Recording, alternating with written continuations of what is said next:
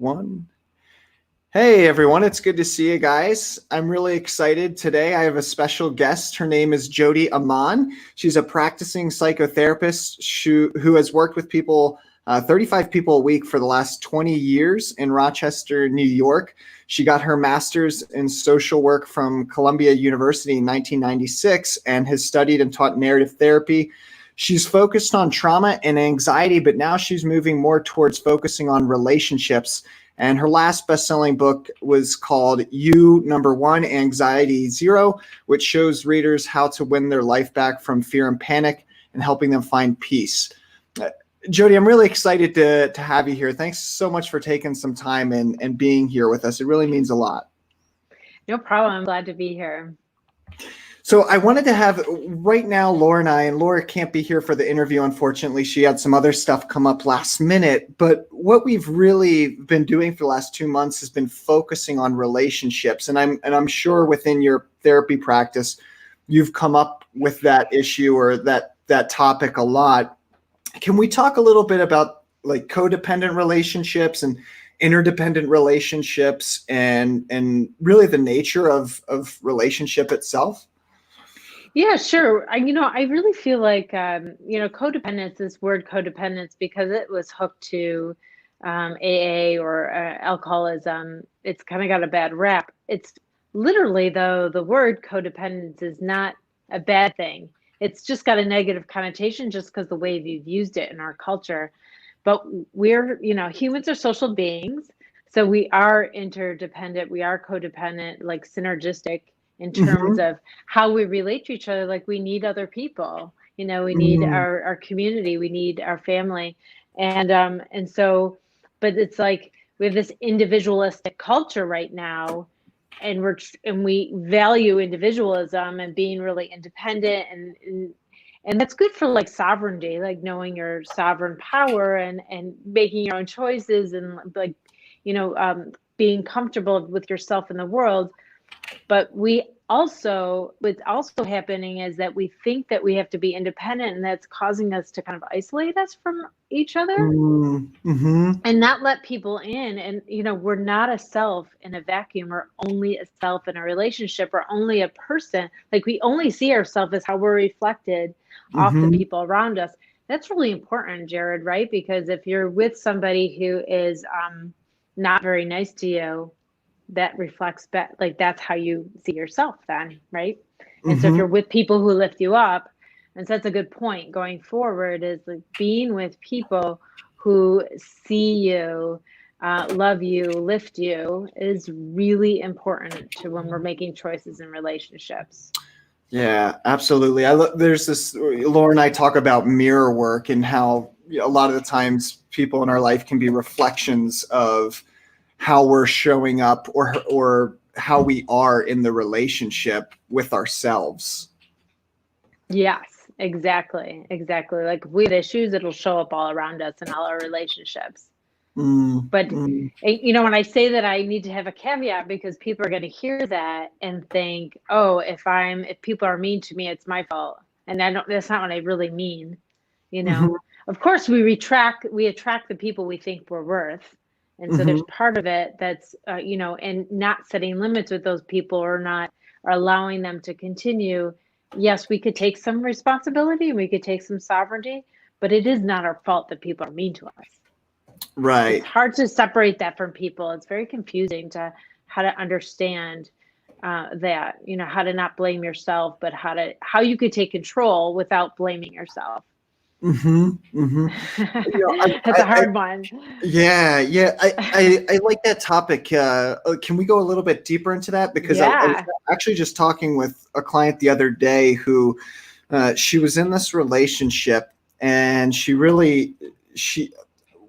kind of recognizes that she has an anxious attachment style. So she really wants the relationship to work. There's a little bit of that clinginess. And sometimes her boyfriend gets really defensive when she tries to cling. And he's like, well, you're trying to latch onto me, and this relationship feels anxious to me now. Like I don't feel like I have space. And she was kind of beating herself up because she would get clingy and then he would get defensive or closed off, which would make her want to even cling more. And then she would feel crazy, and then she would beat herself up for feeling crazy. And need him even more. Right. Exactly. Yeah. How do you see people get out of that dynamic when the relationship starts heading in that direction? How do you see people get out of that? Well, I think it's important to understand why people get defensive, because then it won't make you feel insecure. You'll realize that you have some control. So it's all about like helping people see where they do have that control or where they do have that power, because all of our anxiety, all of our stress is from feeling disempowered. And when you feel insecure and you want reassurance, but that person's more defensive, you're going to feel more disempowered, right? More crazy, more stressed. And so trying to find when you are insecure, a lot of times it comes across to the other person as like an accusation that they haven't been affectionate enough, or they haven't spent enough time with you, or they're not paying enough attention to you. It comes across. So the person, your partner, feels that insecurity as if they've done something wrong, and that's why they get defensive. It feels like an accusation. And the person who's insecure doesn't mean it like that at all, right? So when you understand that the person feeling accused, and that's why they're getting defensive, because they're not being seen, they're not being validated. If you're insecure and you know that your partner's feeling invalidated, then what do? You could give them validation. So that's, I've made several videos about this, thinking about if you're feeling insecure and you want some affection, what if you gave that affection instead of complaining about not giving it? And when you give that affection, the other person could respond in ways that it's like win-win for both parties. Right. I love that. Yeah. Yeah. It's better because, sometimes we can end up criticizing another person when we're really just asking for our needs met on a unconscious level, I think. And any complaint is more of just like, hey, I have my needs. But then a lot of times your partner, the partner can interpret that as, oh, I'm not showing up good enough in the relationship. And then they take it as a criticism. So then naturally they go into self-protective mode and they close off. Yeah. Right. But yeah, it's really interesting. Like, Laura and I have been talking about this worldview of Tantra, and Tantra's worldview, not the sex type of stuff that most people relate it to. It's more about creating the energy within yourself in order to bring that in. And so if you want more affection and more love, you naturally become more affectionate and loving and give that off. And then naturally you see that reflected back to you. Exactly. So you want to be that person in the relationship that you want back. But also, Tantra is about transfiguration. It's like seeing the light in the other person. And I think in some ways that's what you want back, right? You want them to see that light in you, when they look at you, that you want them to see like your heart, your soul, like all of you. And that's what would validate, make us feel, so loved and worthy. And so if we do that for somebody else, and if it's a mutual, sometimes there's people who just can't respond that way.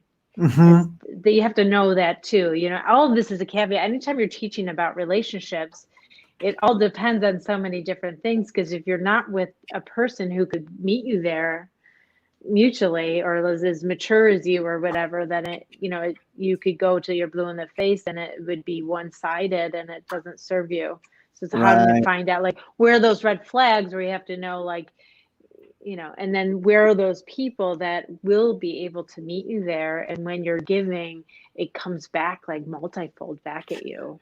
Right. Well, Jody, I'm really excited to go into this because I literally just was on a call with a woman the other day who asked me, she said, Jared, if we've never been shown a certain type of love, like, do we have the capability to show that love to other people? And I thought it was a really great question because I've wondered that myself. Sometimes I like to think that, yes, we are all 100% independent and divine and all this other stuff. But the reality of it is like, if we've never, I don't know, my experience has been, if I've never been shown a certain level of love or a certain level of like attention or listening to or care, then I wasn't able to give that to someone else until I was shown it. And so I guess the question here would be, if we want that sense of love and connection with another human being, is it possible for us to give that to someone if we've never been shown it? Well, it's interesting. You're asking a couple different questions, but she knows this exists, right? So she knows this other love exists that she's never seen before, Mm-hmm. perhaps, because she's saying, "Do I need to have seen it before I could give it?" Well, the fact that she knows this exists, that she means that she's seen it somewhere. Like she has Mm, seen it or experienced it in some way. Maybe not personally, maybe just in literature, I don't know. But the fact that she has some access to knowing that it is there is enough, because that's what you just have to know. And sometimes when you know the negative, like not negative, I don't want to say that, but like when you know deep sorrow, like you mm-hmm. can't know joy unless you've known deep sorrow. You Mm-hmm. can't know um happiness unless you've known like deep sadness. Like there, you need to really understand the opposite of something to really feel it. And so sometimes I feel like if you've been shown this degrading, relationships that degrade you all the time, then you would know this love because it would feel so different. It would be like the opposite feeling, you know what I Mm, mean? And yeah. that's what, unfortunately, I mean, another caveat here, like if you were, that's why abusers keep their people. Like when you're abusing, you show that full on worth, like treat someone like a queen, and then they're always trying to get back to that. They've seen Right. You that. lead with that. You lead They with the have, showing. you Yeah. lead that, and once in a while you bring that back online, and that keeps a person Oh, thinking like that's who the real person is, and that's mm, what keeps them there. And so they usually, you've seen that, even if you've been in terrible relationships, it exists. mm. And Well, so yeah, to question whether you deserve it or not at each second, that's a whole different conversation. right, right. Well, it's almost like if you've been shown that really deep negative way of relating, and it takes you to those really deep places within yourself where you weren't respected or honored or cherished.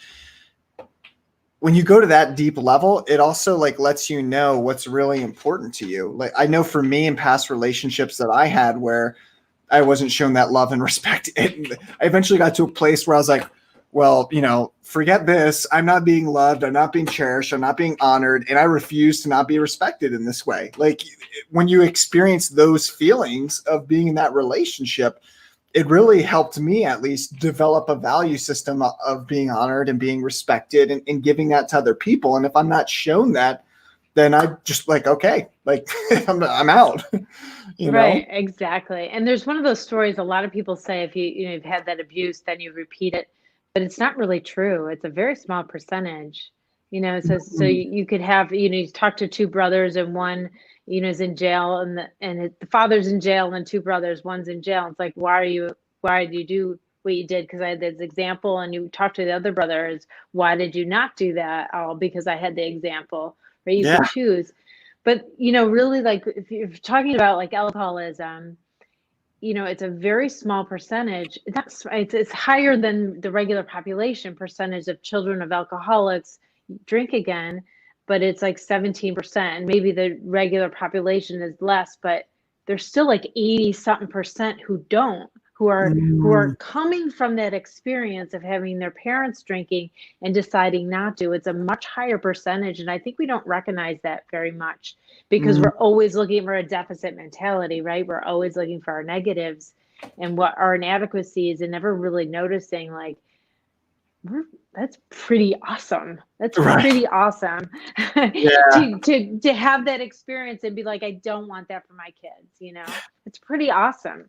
Yeah. Yeah. I love that. I think it's any experience that we get in life, there's always something. I think it's important to honor the feelings that it created for us, but also to honor the fact that it is showing us something about our value systems or how we want to live. I mean, I know I can look back at how my parents related and thought and think like, wow, I'm definitely not having relationships that way. And it led me to create life and relationship in a very different way. And we might take on some of those patterns, but we can learn through them as well too. Everything Yeah, can be used as a tool for reflection and clarifying and defining our values. exactly. Yeah. Mm. When I was jotting down a few things to talk about, I definitely wrote down values, how important that is in relationships and in finding a good match. Do you So want to I would love to take the conversation in that direction. great. Cool. How important, Jody, how important do you see as values being in a relationship, and like understanding your values and communicating those values with your partner? I think that if you look at the opposite, the biggest cause for conflict is difference in values. So Mm, if you want to find a good match, find somebody who has the similar values that you do. About how to take care of other people, or how to, live in a house, or what's important to you in terms of money. A lot of people disagree about financial. We have different ways of looking at things, different ways of caring for their house, or different ways of just going forward in the world. How do you want to spend your time? Doing fun things or staying at home? And if those don't match, those cause the most amount of conflict in relationships, I would say. Well, is there a way? Because I mean, when I look at a relationship, there's so many there's so many variables coming into play. There's value systems, ways of seeing the world, worldviews, like all this stuff. And so it's really a big source of confrontation or conflict for a lot of individuals. And it's amazing to me how much our society doesn't focus on emotional intelligence growing up. Like we focus so Yes. much on science, technology, engineering, and math. And I'm like, guys, from the societal view, I'm like, so many people would be happier if they understood, relationship dynamics. Because I think, I don't know if you've heard of the study done at Harvard where they studied like 768 men over the course of 75 years.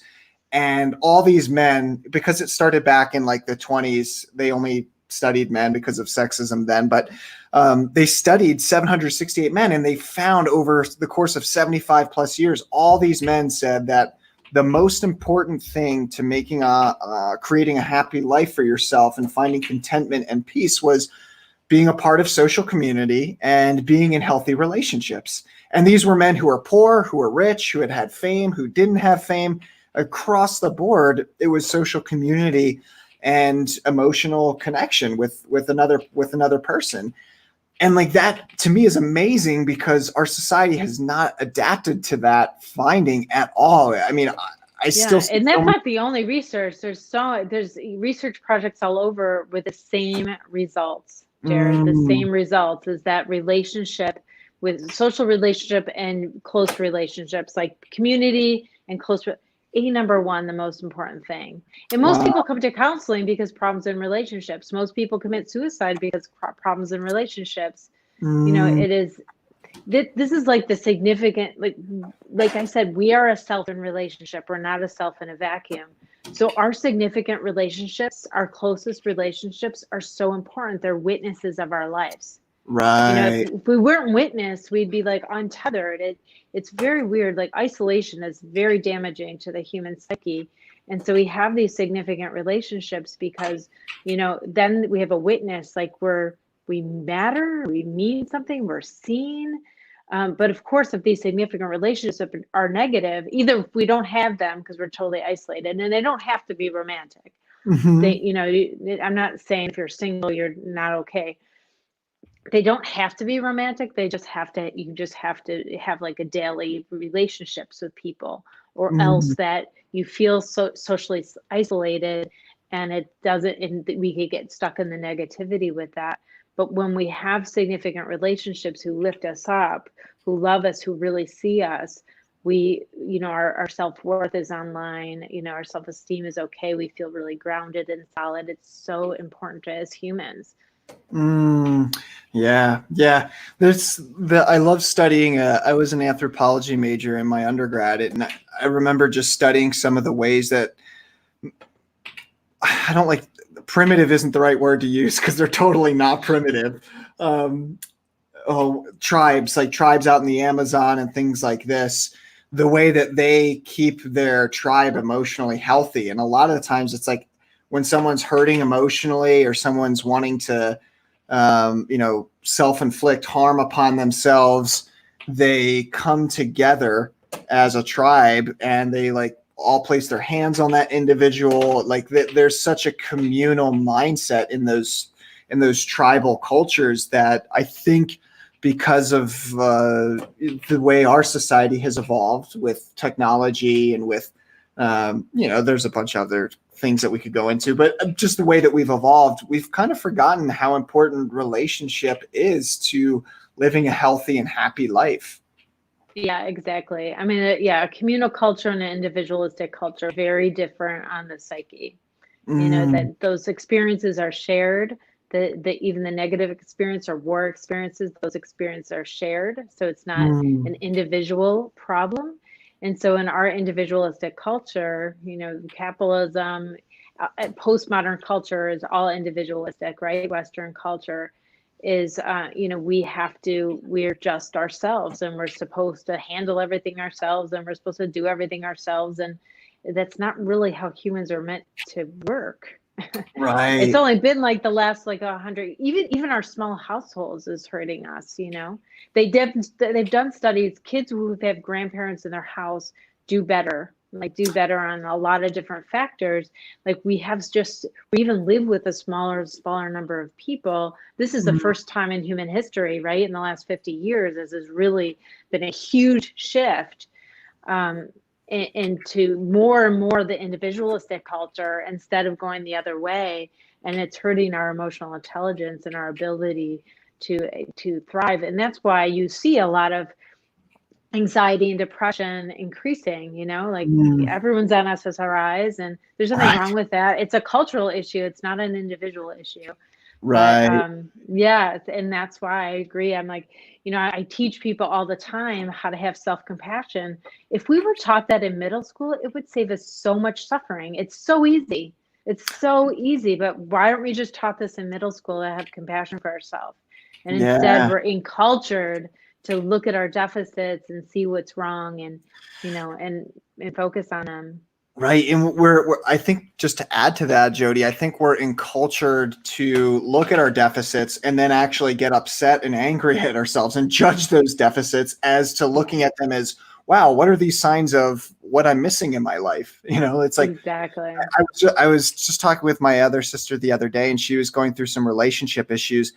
And it kind of broke my heart because she was sharing with me, like she was having trouble with the relationship and she was getting like really abusive, like self-abusive. And I just told her, I was like, Faith, that is not your fault at all. I was like, do you realize that you haven't been equipped with the tools to understand and to deal with the relationship? Like what I'm seeing you right now is you just don't have the capability to handle what's happening. And that's not your fault. And like just me expressing that to her, she just like started crying. It was, like it Yeah, all what a came out. relief. But like That's those are that's what I said. If she's alone and thinking that negative stuff in her head, it spirals and gets worse and worse. She lets it out to somebody else and gets that reflected back. It's so healing. That's what yeah. I mean by like we need witnesses, because if we're when we're isolated, that negativity keeps going and going and going. But Right. we talk it out, we could just eliminate it so fast. Right. Well, Jody, how would you say what's the best way to deal with that? Like if someone's caught in that emotional spiral where they're feeling like they're incapable of having a healthy relationship, or maybe they're beating themselves up for not being able to create a healthy relationship, like what's the best thing that they can do? Because a lot of the times, like I know for me, when I look back at my own life, there were times where I didn't even know. I just didn't have a clue. I would go hit the Yeah, right. bottle or, go flirt Yeah. with women, womanize or something like it, just because I didn't have the emotional intelligence as to what was happening within me. Right. So a lot of times, like people don't even know that they're spiraling down. And so they turn to these other forms of coping. Right. Um, Well, I mean, I hope they find me somehow. Like I work with people all the time and they've had a series of bad relationships, and they think that that's, that they're the problem. They always pick these bad relationships. But from the get-go, I tell them, listen, I've talked to women for 23 years. I've been doing this for 23 years, coaching people. And in you could have a series of bad relationships and then have a good relationship, a beautiful, wonderful, mutually good relationship. It happens all the time. Just knowing Mm, it's possible, because they've decided, their belief has told them that it's not possible, probably because they're damaged or whatever. And so the first step, the very first step, is knowing that it is possible, even after bad relationships, to have a wonderful, wonderful relationship. They are out mm, there, and it's mhm. absolutely possible. And then you start to kind of, deconstruct what's happened in the past, and what, and when you're in that new relationship, even though it's wonderful, it's hard to trust. And so you probably, in that situation, you could use a coach to really help you not, get insecure and cause that person to push you away, or that kind of thing. And so Definitely. it's easy. It's not even hard. It's like, you work with me a little while and you know how to Mm, yeah, beautiful. What would you say, like, if someone's in a relationship and they start seeing like a downward spiral, like maybe they're not feeling heard or listened to or validated by their partner, um, what's one of the first things, I guess, that they could do that would allow them to kind of gain self-confidence and trust in the relationship? Well, there's a lot of reasons that that could be spiraling, so it's hard for me to give a blanket response to that. But I think the first thing is, when you're testing out, like, is this something real, or is this something I'm creating? I don't know. There could be a lot of different scenarios there. So the first thing you do is wanting to kind of assess, and I would do that giving. I would be more loving and more affectionate, and see if it's reciprocated. Because maybe Mm-hmm. the other person just was feeling that you were pulling away, and so they were pulling away. And if Right. you give more affection in that, and then they come back, then, that would be my first thing to do, to Okay. see if if that's the problem, if that other person is insecure also, and they're just pulling away. And so you showing up a little bit more in that relationship could bring them, and then you're set. Everything's good. But then if that doesn't work, then you have to keep kind of going. But that would definitely be the first thing I do. Okay. And Jody, this kind of brings me back to that question. Do you really see people, because I've had this conversation probably more in the last 2 months than I've ever had in my entire life. And it's, do It's been a people, weird 2 months, though, Jared. it has been a weird 2 months. You can't talk about May and April in 2020 as anything Right. other than weird. Right. Yeah, absolutely. Do you really think, like, if no one's, like, if someone's been knows that that type of relationship is out there, where like there's authenticity, there's mutual support, there's love, because sometimes people are caught in that hopeless or that despair phase where they've hadn't had good relationships, and because they haven't had good relationships, they think that there's something wrong with them, or they think that their patterns or like are they can't have a healthy relationship. Like, do you think if someone hasn't been shown that love or that level of support or emotional intelligence in a relationship, that they can still get that? And how? I I think there's places to find it, even if you don't have it. If you haven't had it personally, there's places to find those examples. So even Mm, if it's like I said before, in literature and movies, and seeing your friends being close, like you you could witness it, and then you could know that it's possible and create it. Because if it's possible somewhere, it's possible for you. It's yeah. interesting, because recently, right before the shutdown, I was on 2 retreats, and most of them were young women, and Mm, or middle age, like 30. Young for me. They were like 20s, 30s, and they didn't have those. I've been in a monogamous relationship for 24 years, right? So that I'm coming at this, not only working with couples for 23 years, I've been in a super conscious relationship with my partner for 23 years, 25 years now, if you don't count before we were married, if you count before we were married. And these women were like, it's possible. Like, they mm, never met anybody like me. They never, right. I'm sure they Right. have a little bit, but like, I'm sure they have an aunt or somebody who's had a nice relationship, or a mentor or something. But it's so rare. I don't know why it's so rare, because it's so possible. I have a lot of peers who have that super conscious relationship. It is very possible, but it's like it opens something for these women to be, Yeah. it's possible. Like they were just like, it's possible. Yeah. It's real. Like there's really men like that out there. Yeah, there's Right. really men. There is. That's the other thing. I mean, first you blame yourself, but also you're like, oh, men are imperfect, and so there's never going to be one.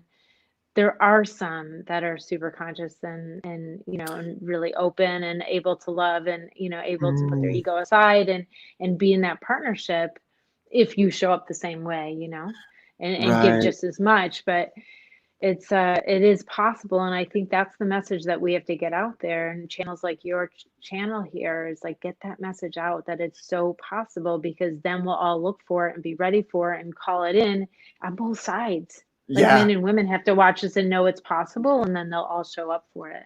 I love that. I love that. And I totally agree. I mean, it's great to see you doing, I mean, I know you've been doing this work for much Yeah. longer, but I mean, that's one of the reasons why I do the work that I do, because relationship really is healthy. Relationship is so key to living a healthy, fulfilling life. It's so key to the human heart.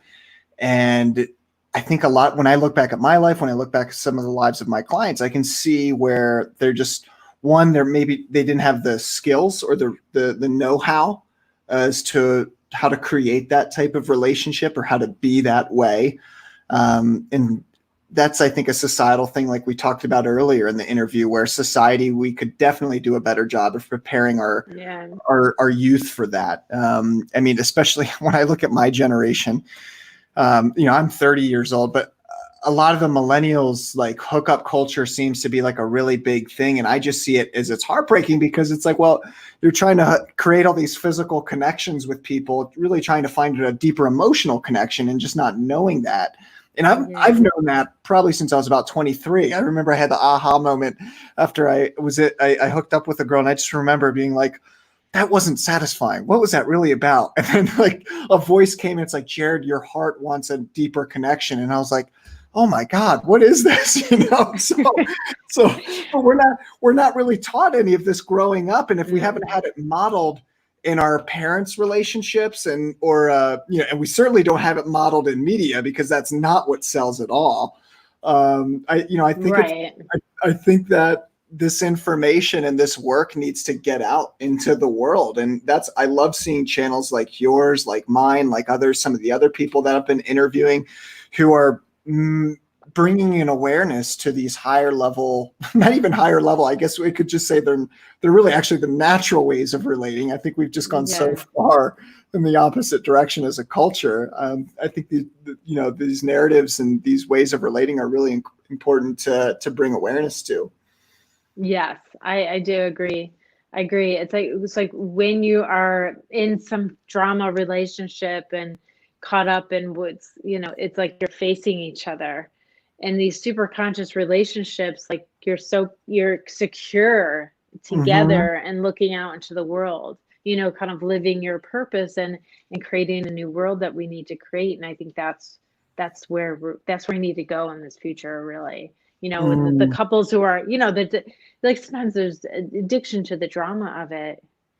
I don't want right. to criticize anybody, but they're like facing each other and they're in all there and trying to do, and then there's these relationships that are like, do that stuff so connected. It's like infatuation and love, maybe, or I don't even know how to categorize it, but that's what we want to create, these relationships that have that utter support, like so complete support that they're both able to do what they need to do in the world, but together. Yeah, I love that. And I think I do see this, the addiction to drama. Well, one, it's like painted by the culture. Like, you look at every single movie from Disney to, you see, like, there's this long, arduous battle for about 90 minutes. And then the crux and emotional part of the movie is when the love can finally come together. And it's like, oh, after all of this hard work and fighting and arduous, like, the couple finally comes together and they kiss or they make love, or, and then that's the end of the movie. So there's definitely this cultural conditioning around being addicted to the drama and love being this war. I think there's this all is fair in love and war, which I like hear that. I'm like, my God, that's no, like, that should not be That should not be Yeah. it at all. Yeah. But that's definitely what's upheld as like the prime relationship, where it's like, no, relationships where they're just, at least I think that we can design them, or they are naturally designed to be mutually supportive, so we can feel safe and secure in them, so we can go out in a very uncertain world and create and serve humanity, do our gifts Exactly. I and love share. that.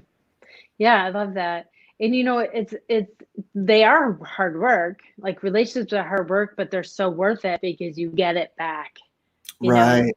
it's like, yeah, a good relationship has that support, that mutual support, and that grounding, that connection, so that you could do this stuff. But you still put time and work into it, but it comes back to you in a way that it doesn't seem like work anymore. Hmm. It's work though. Like I work really hard at my relationship. I do a lot of stuff, but I don't really call it hard work, sort of. It's effort. I guess effort's a better word for it. I've definitely put effort in, but lovingly and so happily, like gift this effort and I get it way all back and more. Right, right. Jody, I want to ask like two more questions, and then we'll take some questions from the audience. Does that sound good to you? Sure. Cool, cool. So Laura probably would want me to ask this question because she always asks it every interview. But um, do you think like if you're in really good relationship with yourself, like you know how to self-soothe, you really care for yourself, you're there for you. Like for me, when I'm feeling tired, like I take a nap. When I'm feeling stressed out, I know that I'm stressed out. I feel it, and sometimes I'll just place both hands over my heart, and or if I feel anxiety, Hmm. I'm in relationship with myself. When you know how to be in relationship with yourself and self-soothe and give yourself what you need, is there really a need to be in a relationship with another person? Is there value in that? Yes, because we're not a self in a vacuum. Mm, So maybe some very high level spiritual people could like go to the cave and meditate, but they're in really strong relationship to the divine if they could do mm, that. Otherwise, it's that's not, we're social beings like that. We've evolved, our brain evolves that we need community to thrive. And so when we are in isolation, even if we could do that, that is a relationship with ourselves. So there's still like two, me and myself, so there's still mhm, somebody. And also it could be a little bit of your relationship with spirit, right? Or the mhm, divine. If those kind of self-care things cross that realm into spirituality, then there is a relationship with another as well. But we do need relationships with other people. Again, it doesn't have to be romantic. So you don't need a man to define you or something if you're a woman like that, or a gay man. And but it you don't need it to be romantic. it could be it could be any relationship with people, mm, and hopefully in a daily level. Like sometimes, okay, you could have a whole day alone. That's why this isolation, social isolation, is so hard for people who are totally alone, who are isolating totally alone, have no touch. We need touch. oh We yeah, need touch. Yeah, romantic touch and also friendship touch. Any touch, like we need touch. Like that's yeah, how we're created. We're humans are the only primates that don't have social grooming. And mm, social grooming is, yeah, to get the bugs off, but also it's a way to adjust your nervous system, right? mhm, It's a way to calm your nervous system. They do that in the community and these other primates. And we don't have that but we use touch other ways. So yes, we need relationships. So we could be there for ourselves and we need relationships, but it's not like we need them to, it's, there's so much discourse in our culture like you need to love yourself before you're in a relationship, but a lot of times relationships can heal us in that right, self-love way, right? So right, it's mutually beneficial. So I know a lot of people who have been so hurt in the past and don't like themselves, but then get in a relationship that's good and heal that for themselves. So it's not, I don't like that discourse. You have to love yourself before you love everyone else, because it makes people isolate themselves and wait longer. Right, right. And then they're like, I got to fix myself before I can have that relationship. And then 20 years goes by and you're like, where did it all go? You're in a vacuum, and if you're in a vacuum, you're not healing. You Right. only heal in relationships, right? We heal in relationships. It doesn't have to be romantic, but we heal in relationships. Relationships with the divine, relationships with ourselves, but we do need more than that Beautiful. to heal. Yeah. Yeah. And so Yeah, I was reading something a while back. It's probably, I can't remember, but it's when we get physical touch, our brain does release that oxytocin, oh and yeah. there's that pair bonding that happens, and that oxytocin reduces levels of pain, makes us feel better in the body. And I think that's all incredibly important. Sometimes, Calms our stress and anxiety. It just calms us down. yeah, wow, yeah, beautiful. Jody, I'm going to go to some questions to the audience. Does that sound good? Great. Awesome. Awesome. So I'm going to go to, it's not showing me who it is, but I see a lot of questions here. Great. All right. So this first individual, we're going to call them Facebook user. Okay.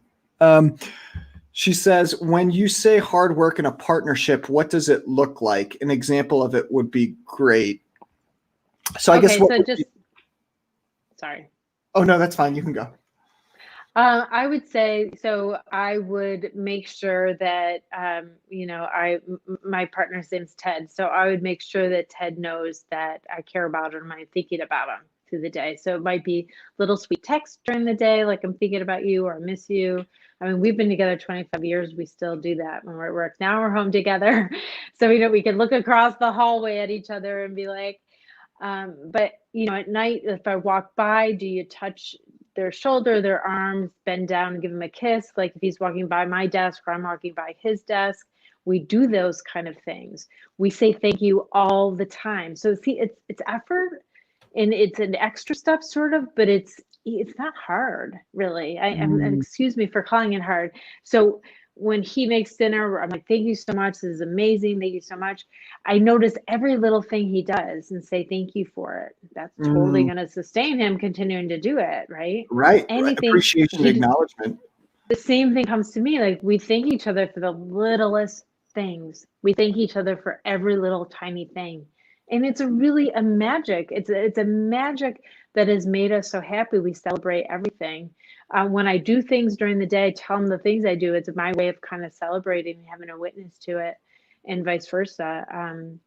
We love to laugh together, but making time, like it is effort to make time so that other person feels like you want to be with them.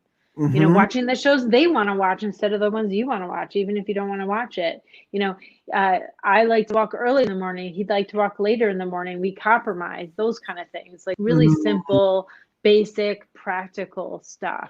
Yeah. I love that because I have a background in executive coaching. And one of the things that I do in executive coaching when I coach companies is to acknowledge the employees, like acknowledge and appreciate them. Yeah. I remember one time I took a CEO up to the front of his entire company. And I was like, who here feels acknowledged and appreciated by this man? And everyone was like, nope. And he had a closed off defensive ego. Everyone else had closed off defensive egos.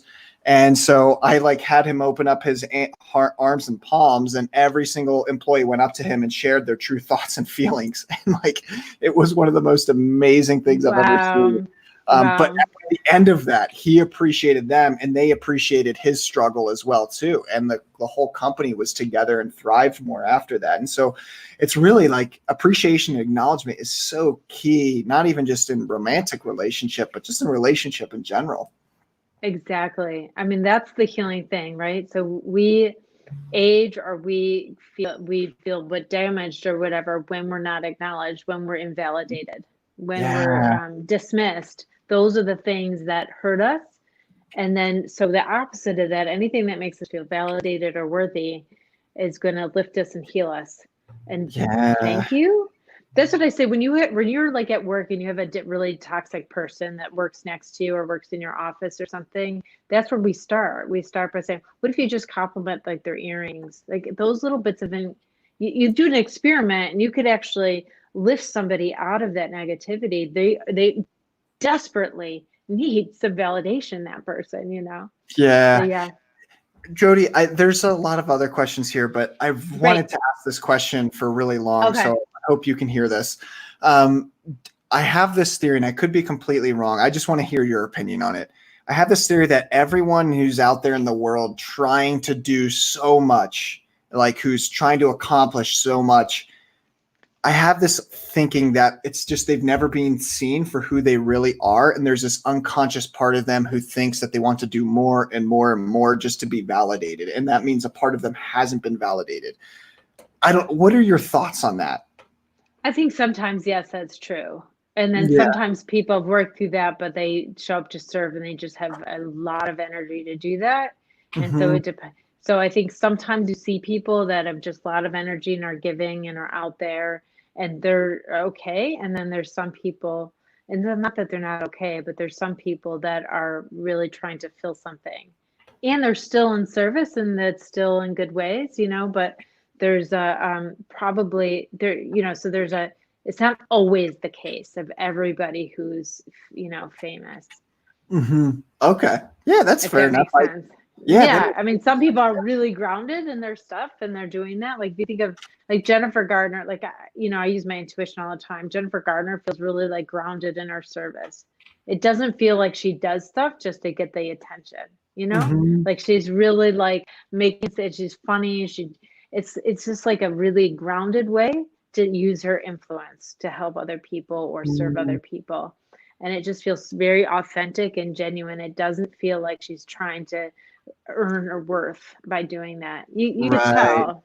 You could Right. tell actually when you watch any thought leader and that kind of, you could tell when you watch them who's authentic and who's like, you know, it's kind of about ego or that kind of thing. And you know, Yeah. that is a problem, that we don't feel worthy and we try to constantly prove our worth by overworking. That is a problem that some people have.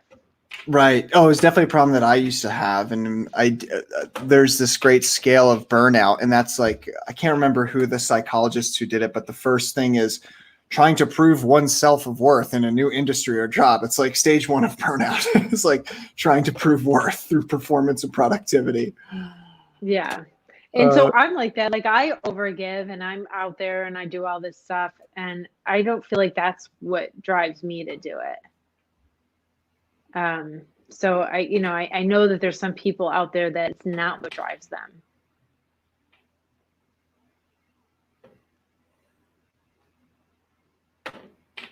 oh, sorry, Jody, you went there for a little bit. Oh, You're I back did. now. I did. Oh, okay. Uh, You've been here the whole time. So I didn't. You, all right. Did you miss what I just said? yeah, it just went off at you give a lot, and then it went. Oh yeah, I give a lot and I do a lot and I'm out there all the time and give more than, and it's not where it comes from for me. Yeah. No, Yeah. I get that since I can see that. I can see that. Yeah. Beautiful. I'm gonna take. Are you good for about 2 or 3 more questions here, Jody, and then Sure. we'll wrap it Sure. up? Great. I'm gonna go to BJ's question here. He says, "What do you both suggest for finding heart connections with others? I'm frustrated and exhausted from closed-off people. It seems so many in our world are afraid of connection." It's a great question. I'm gonna leave that Okay, up. so yeah, that's great, BJ, because first you have to find the people who are open and then um so how to find them? Yeah, that's your question. I guess, you know, in what context? Maybe in, you know, when you're looking for somebody, if you're looking for them in communities that are open spiritually, you may have some luck finding someone who's a bit more open. So that would be one suggestion is like, where's the pool from? You know, is Mm, it like online dating, or is there a pool? Like, are you looking for a pool of people who are open-hearted from open-hearted activities? mm, And so if you're doing the online dating, you might want to, you know, filter people out through the way you structure your profile description or whatever that's called in different platforms. So you'd want to really express yourself as open-hearted and calling in the right people to you and getting clear and putting that in there somehow. You might be able to weed some people out. But other than the online dating, like where would you show up that people who are already like on the spiritual path or open-hearted, who want those heart-centered connections, a meditation group, a yoga group, a retreat, those kind of things, you may find people who are a little bit more conscious, like a higher consciousness, and that seems to be what you're looking for. Yeah, I love that. I think that's a great response. And I know for if you're really good at it, you can kind of create it as well too. I mean, I live right outside of Denver, and I was at the Denver Convention Center before the whole COVID thing happened, and I was at this business conference, and so many of the people were like really cynical and closed off, and they were like joking, and they only knew how to connect through cynicism or sarcasm. And I was like, man, there's a lot of emotional, like baggage here. I can feel if that's the only way they really know how to connect. And I found that just kind of speaking to a person but doing it from a loving space, like, if you seem like you might be a little closed off to connection, and like, what's that about? Like, you can create it pretty easily. Don't say that to a woman.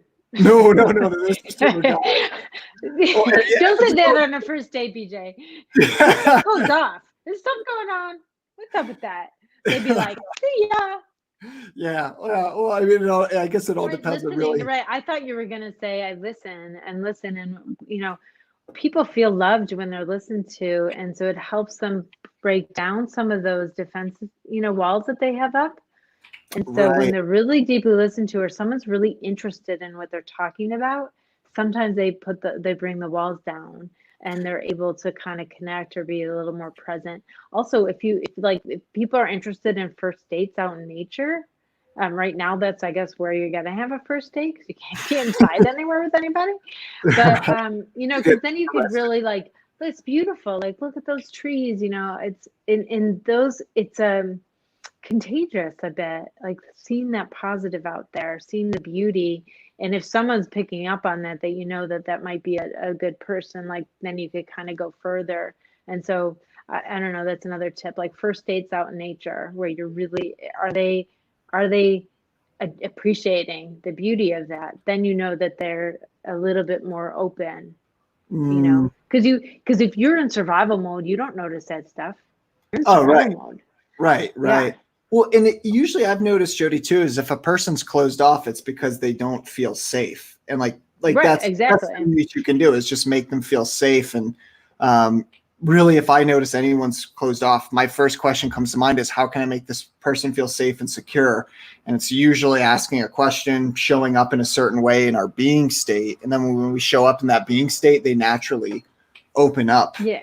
Exactly. And I know now you mentioned about sarcasm and stuff to use as a mask. Humor could be used not as a mask as well, so humor could be used, because when you laugh, like, you increase your neuroplasticity in your brain. And so you do open it. It literally does open the brain up.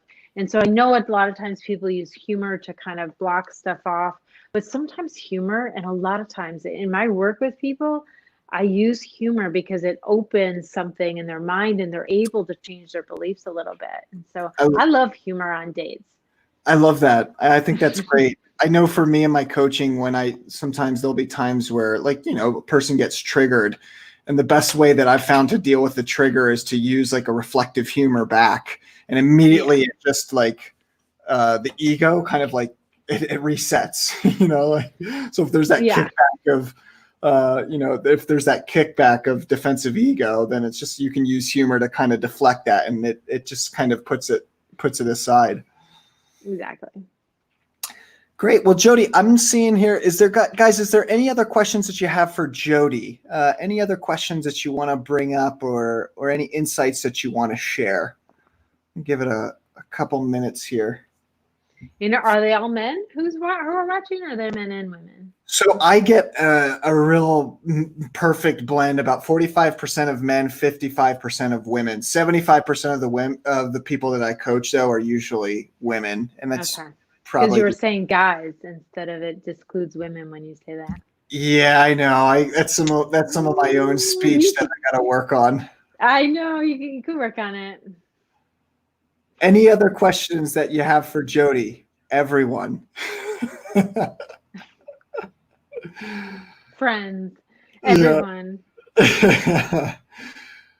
Well, Jody, thank you so much for coming on. I'm not seeing any more questions here. It's really been an honor and a delight to have you. Really, thank you so much for your time and your Thanks, energy. Jared.